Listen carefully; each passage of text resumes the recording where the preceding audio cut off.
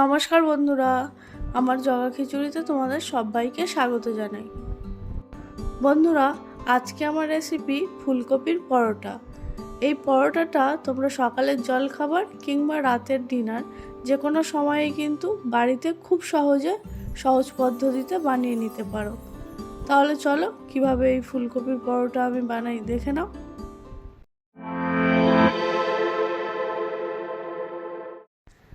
এখানে একটা ট্রের মধ্যে একটা বড় সাইজের পেঁয়াজ, এক টুকরো আদা ও কয়েকটা কাঁচা লঙ্কা কুচিয়ে রেখেছি। তোমরা যে যেমন ঝাল পছন্দ করো সেই অনুযায়ী কিন্তু লঙ্কাটা ব্যবহার করো। ফুলকপির পরোটা বানানোর জন্য একটা বড় সাইজের ফুলকপিকে গ্রেটারের সাহায্যে গ্রেট করে রেখেছি। এখন এই ফুলকপিটার মধ্যে 1 চা চামচ নুন দিয়ে দিলাম। নুনটা দিয়ে ফুলকপিটাকে খুব ভালো করে মিশিয়ে নিতে হবে। এর ফলে ফুলকপিটা কিন্তু তাড়াতাড়ি জল ছেড়ে দেবে। বন্ধুরা, এখানে তোমাদেরকে একটা কথা বলে দিই, তোমরা কিন্তু এই প্রসেসটা অবশ্যই ফলো করবে।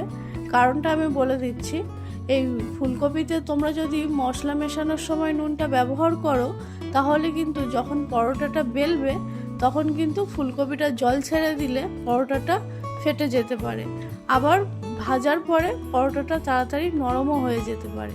সেই জন্য আগে যদি ফুলকপির মধ্যে নুনটা মিশিয়ে নেওয়া হয় তাহলে ফুলকপির থেকে আগে জলটা বেরিয়ে যাবে।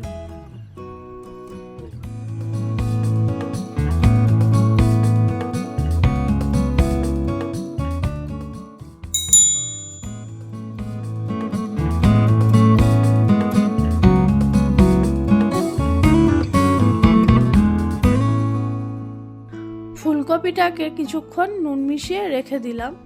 এখন পরোটাটা করার জন্য একটা পাত্রের মধ্যে 400 গ্রাম আটা নিয়েছি। আটাটার মধ্যে কিছুটা নুন ও 3 টেবিল চামচ সাদা তেল দিয়ে দিলাম। নুন আর তেলটা দেওয়ার পর আটাটাকে ভালো করে ময়াম দিয়ে নেব। তো ময়ামটা দেওয়া হয়ে গেছে ভালোভাবে। এখন অল্প অল্প জল দিয়ে একটা নরম ডো বানিয়ে নেব। খুব বেশি নরম আবার খুব বেশি শক্ত ডো বানানোর দরকার নেই। যেমন আমরা বাড়িতে রুটি বানানোর জন্য ডো বানাই ওই রকম ডো বানালেই হবে। তো দেখো বন্ধুরা, আমি অল্প অল্প জল দিয়ে কিন্তু একটা ডো বানিয়ে নিয়েছি। এখন এই ডোটার উপরে আবারও একটু সাদা তেল ছড়িয়ে দিলাম যাতে ডোয়ের উপরের দিকটা শুকিয়ে না যায়। এবার এটাকে ঢাকা দিয়ে সাইডে সরিয়ে রাখবো কিছুক্ষণ রেস্টের জন্য।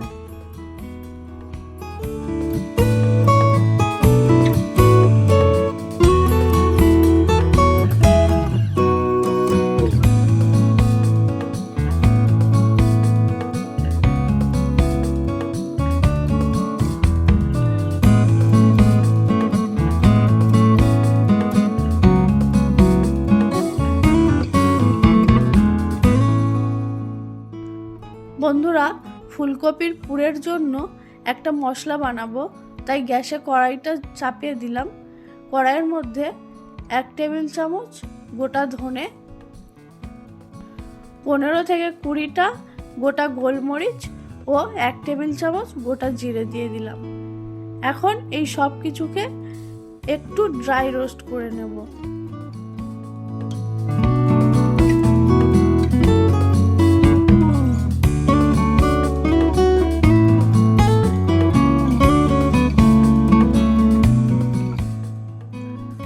মশলাগুলোকে কিছুক্ষণ শুকনো খোলায় নেড়ে নিয়েছি।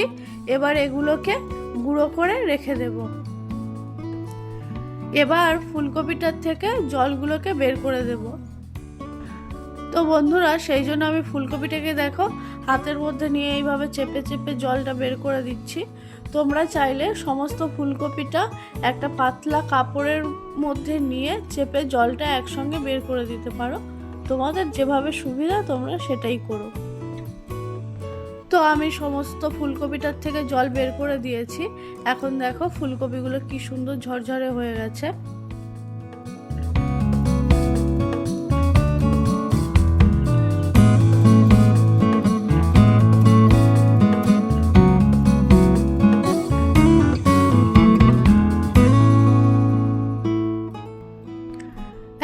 এই ফুলকপিটার মধ্যে পেঁয়াজ কুচি, আদা কুচি ও লঙ্কা কুচিটা দিয়ে দিলাম। আর যে মশলাটা বানিয়েছিলাম সেই মশলাটা 1 টেবিল চামচ দিয়ে দিলাম। বন্ধুরা, আমি আগে যেহেতু ফুলকপিটাতে নুন মিশিয়ে রেখেছিলাম সেই জন্য এখন আর নুনটা দিলাম না। তোমরা একটু টেস্ট করে দেখে নিয়ে যদি নুন লাগে তাহলে নুন ব্যবহার করতে পারো। আমার লাগেনি তাই আমি দিইনি। তো এখন এই সমস্ত কিছুকে ভালোভাবে ফুলকপিটার সঙ্গে মিশিয়ে নেব।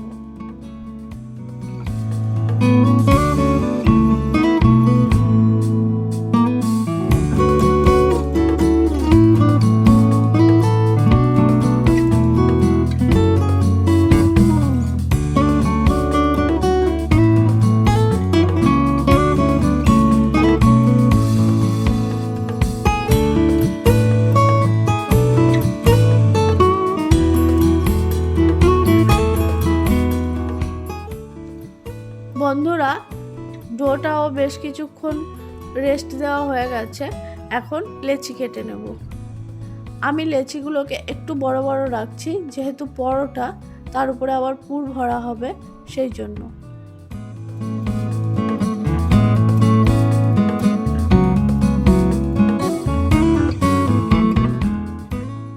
তো সমস্ত লেচি কেটে নিয়ে গোল করে রেখে দিয়েছি। এবার এগুলোর মধ্যে পুর ভরে নেব। সেই জন্য একটা করে লেচি নিয়ে অল্প একটু আটা ছড়িয়ে দিয়ে ছোট্ট করে বেলে নিচ্ছি।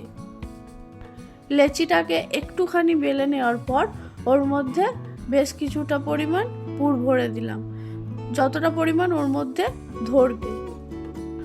পুরটাকে দিয়ে একটু চেপে চেপে দিলাম। দেওয়ার পর চারিদিক দিয়ে এইভাবে ভাঁজ করে নিয়ে মুখটা বন্ধ করে দিলাম, যাতে পুরটা বাইরে না বেরিয়ে আসে। এখন আবারও একটু গোল করে নিয়ে হাতের সাহায্যে এইভাবে চাপ দিয়ে দিয়ে একটু বড় করে নিচ্ছি, যাতে পুরটা চারিদিকে ছড়িয়ে যায়। বন্ধুরা, এইভাবে আমি প্রত্যেকটা লেচির মধ্যে পুর ভরে নিয়েছি।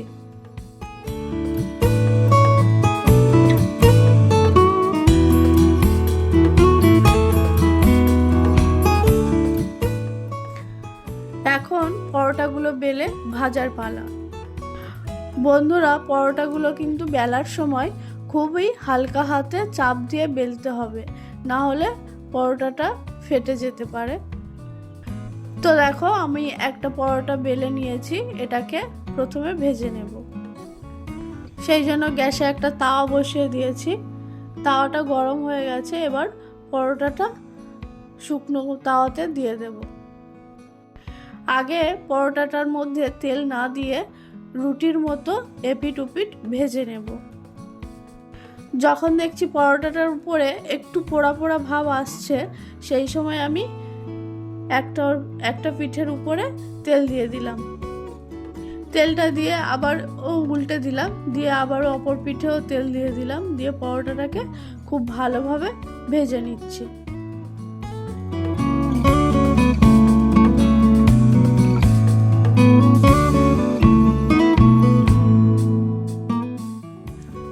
আবারও একটা পরোটা বেলে নিলাম, নিয়ে একইভাবে এপিট উপিট উল্টে পাল্টে ভালো করে ভেজে নিচ্ছি। তো বন্ধুরা, এইভাবে আমি প্রত্যেকটা পরোটা ভেজে নিয়েছি। তোমরা দেখতেই পাচ্ছ পরোটাগুলো ভাজার সময় কি সুন্দর ফুলেও উঠছে, কিন্তু ফেটে যাচ্ছে না।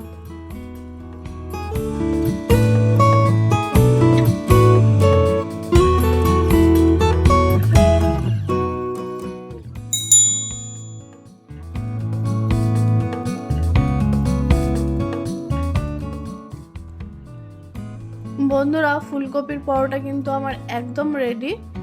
একটা পরোটা আমি তোমাদেরকে ছিঁড়েও দেখিয়ে দিচ্ছি, পুরটা কত সুন্দর ভেতরে ছড়িয়ে গেছে চারিদিকে। তো আমার আজকের রেসিপি তোমাদের কেমন লাগলো অবশ্যই কমেন্ট করে জানিও। আর আমার ভিডিও যদি তোমাদের ভালো লাগে তাহলে একটা লাইক করে দিও, আমার চ্যানেলটিকে সাবস্ক্রাইব করে দিও। আজকের মতো এই পর্যন্তই। দেখা হচ্ছে পরের কোনো এক ভিডিওতে। ততক্ষণের জন্য টাটা।